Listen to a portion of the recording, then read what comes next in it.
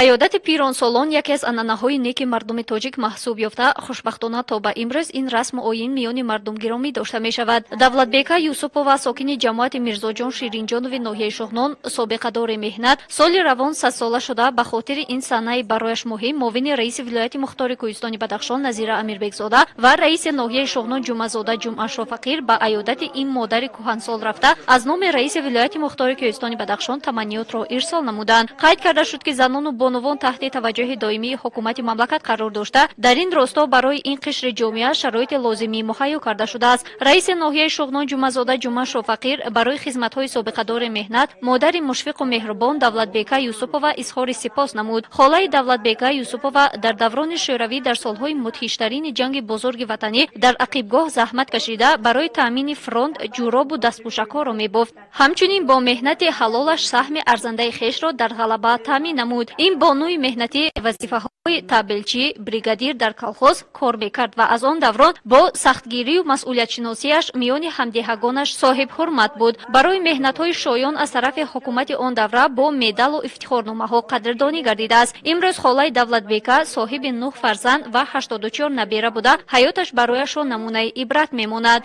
به خاطر 100 سالگی روز تولدشان از نام رئیس ولایت و مقامات اجرایی حاکمیت دولتی ناحیه شغنان به دولتبیک یوسفova تحفه‌های خاطروی تقدیم کرده شدند. سابقه دار مهنت دولتبیک یوسفova از این توجه صمیمیت بولیده گردیده به اساسگزار صلح و وحدت ملی پیشوای ملت پرزیدنت جمهوری تاجیکستان محترم امامعلی رحمان منتداری خود را بیان نموده برای پایداری صلح و وحدت ملی دعای نیک دادند.